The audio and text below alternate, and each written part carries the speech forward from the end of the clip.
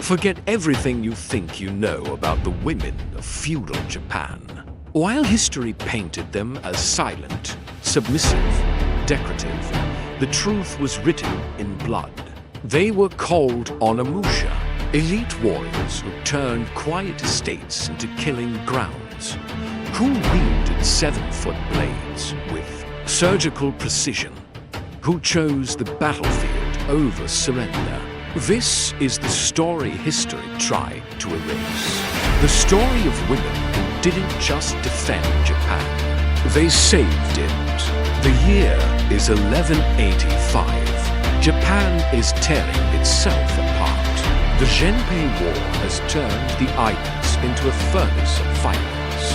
Samurai clans clash for control of the shogunate. Armies march across the countryside, leaving fire and death in their wake. But here's what the history books won't tell you. While the men rode to war, the estates didn't become defenseless. They became fortresses, and the women weren't waiting to be rescued. They were waiting to kill. Picture a noble woman's compound. High walls, wooden gates, rice paper screens filtering soft light. It looks peaceful, vulnerable, easy prey for bandits, ronin, or enemy clans looking to strike while the warriors are away. But step through that gate uninvited, and you've made a fatal mistake. Because the woman standing in the courtyard, dressed in elegant silk, hands folded gracefully, she's measuring the distance to your throat, and the wooden staff leaning against the wall. That's not decoration. That's a naginata. 7 feet of curved steel mounted on hardwood, and she's trained since childhood to use it. Welcome to the world of the Onna-Musha, where femininity is camouflage, and the deadliest samurai might be the one you never saw coming. The Onna-Musha aren't rebels. They aren't revolutionaries. There's something far more dangerous. They're necessary. In feudal Japan, warfare is constant. Samurai lords spend months, sometimes years away from their estates, leading armies, fighting wars, forging alliances through violence. And while they're gone, someone has to protect everything they left behind. The land, the wealth, the family, the legacy. That someone is the Onna-Musha. High-born women trained in Bushido, the way of the warrior. They study strategy, logistics, combat. They manage the clan's finances, oversee the servants, negotiate with neighbors. But when enemies come, they pick up steam, and they don't hesitate. The naginata is their weapon of choice, not by accident, by design. It's engineered brilliance. The curved blade sits atop a 6 to 7-foot pole, giving reach that neutralizes a samurai's sword. The weight distribution allows leverage over raw strength. A 120-pound woman can generate the same cutting force as a 200-pound man. And against cavalry, it's devastating. The naginatas arc sweeps low, targeting the horse's legs or the rider's exposed torso as he charges. One strike can dismount an armored warrior. Two can kill him. These women train for hours every day, kata after kata, building muscle memory until the blade becomes an extension of their body. Speed over strength, precision over power, technique over brute force. And when the training is over, they don't just know how to fight. They know how to win. For centuries, the Onna-Musha operate in the shadows of Japanese history. They defend estates, repel bandits, protect villages when the samurai are at war. But they're rarely recorded, rarely celebrated, rarely remembered, because their victories happen in domestic spaces. in courtyards and carnivals, in night raids where no poets are watching. The chroniclers write about the men who fight on open battlefields, the generals who command armies, the heroes who die gloriously in service of their lords. But the women who hold the interior, who keep the clans alive when everything else is burning.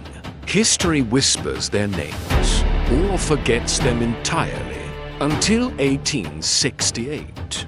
The Boshin War erupts, the old shogunate against the imperial forces, tradition against modernity, samurai against rifles. And in the northern territories, a woman named Nakano Takeko decides she's done being invisible. She's 21 years old, master of the naginata, daughter of a samurai family loyal to the Eizu domain. When imperial forces march toward Eizu Castle, the male commanders tell the women to stay behind, to wait, to be safe.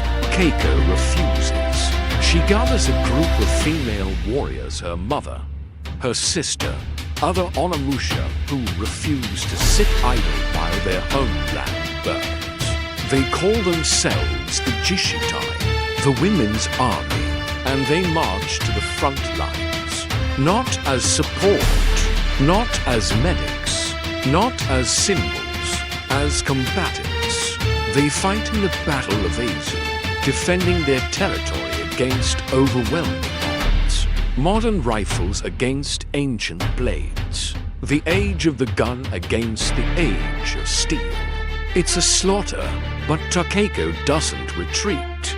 She charges forward, naginata spinning, cutting through enemy lines with the fury of a lifetime spent being told to stay quiet. Then a bullet finds her. She falls, bleeding out in the dirt of a battlefield that wasn't supposed to be hers. But even in death, she won't give them satisfaction.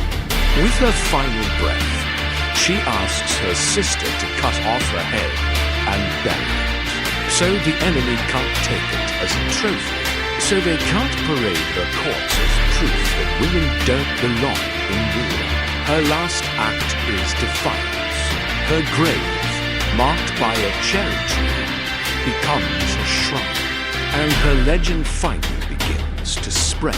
Nakano Takeko's death is a turning point, not because it ends the tradition of the Onna-Musha, but because it reveals what history tried to hide. These women were never secondary. They were never decorative. They were never optional. They were the backbone.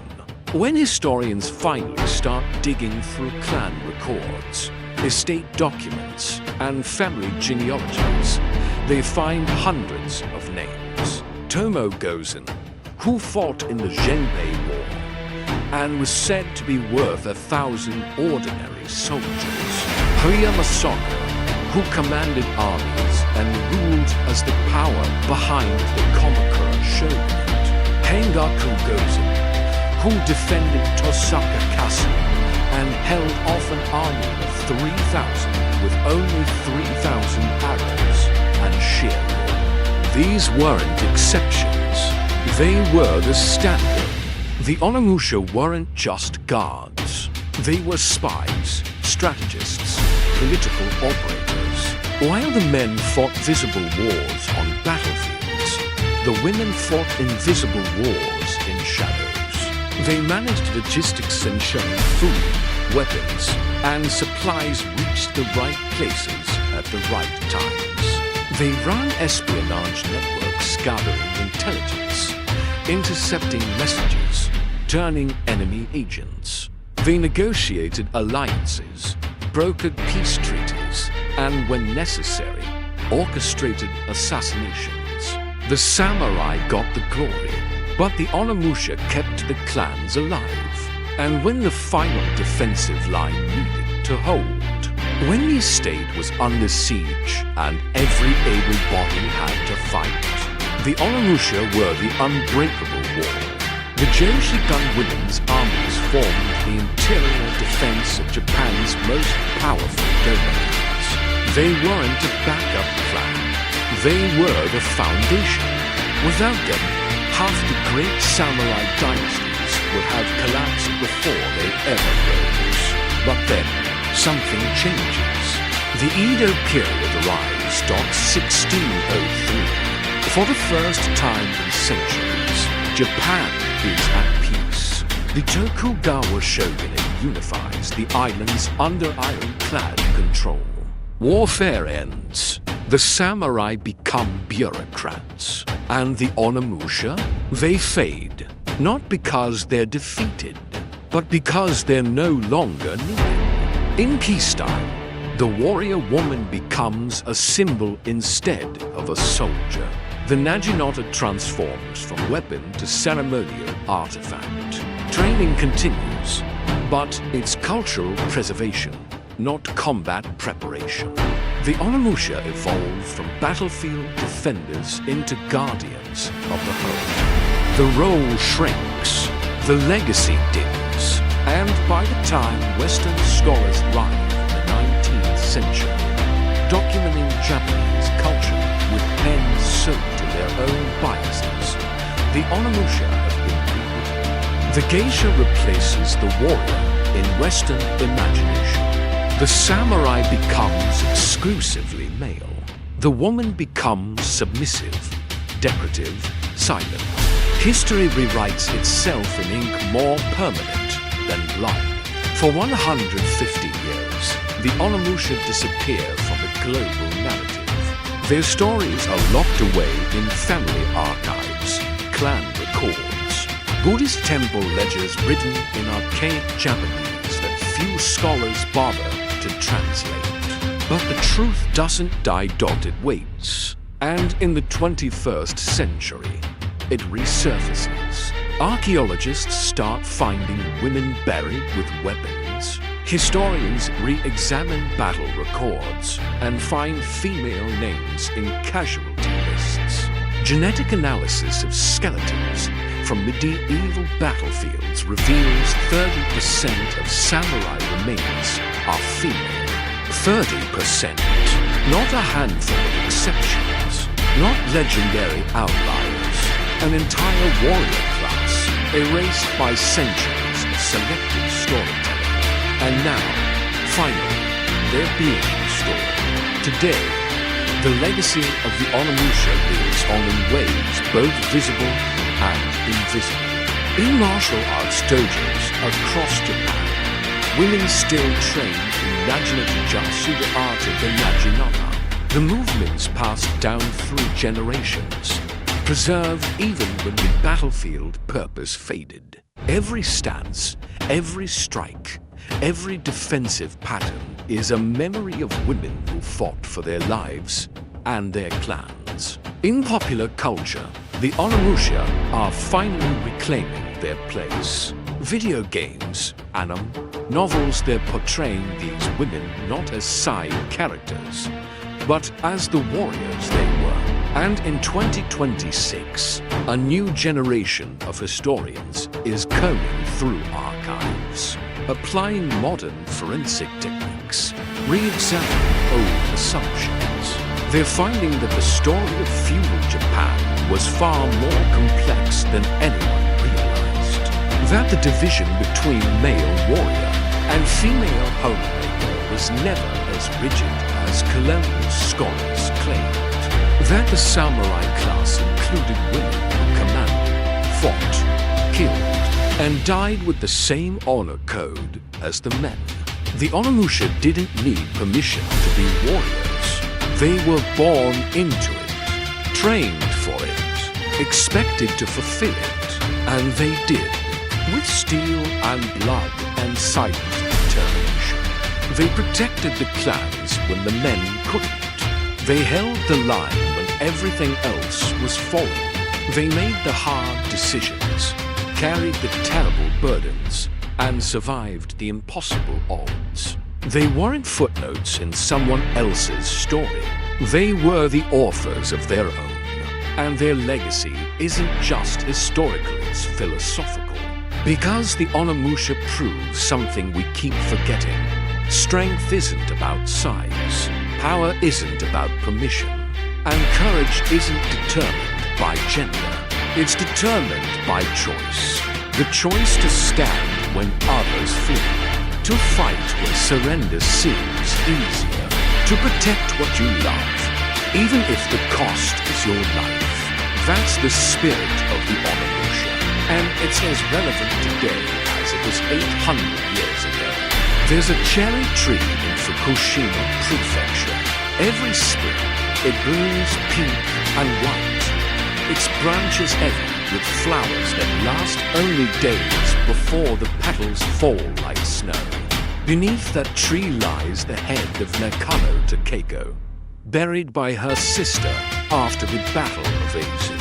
Her body fell on a battlefield she wasn't supposed to enter. Her name was written in blood the chroniclers tried to ignore. But the tree still blooms. Every year, without fail, a reminder that some legacies can't be erased. Some truths refuse to stay buried. And some warriors, no matter how long history forgets them, will always find their way back into the light. The Onna-Musha didn't ask to be remembered. They simply refused to be invisible. And now, finally, we see them. Steel and silk, grace and fury. Defenders of a legacy carved into the bones of Japan itself. If you love untold stories of legendary warriors, like, share, and subscribe for more cinematic history that rewrites what we thought you knew. Because the past is full of voices we've never heard, and they're all worth listening to.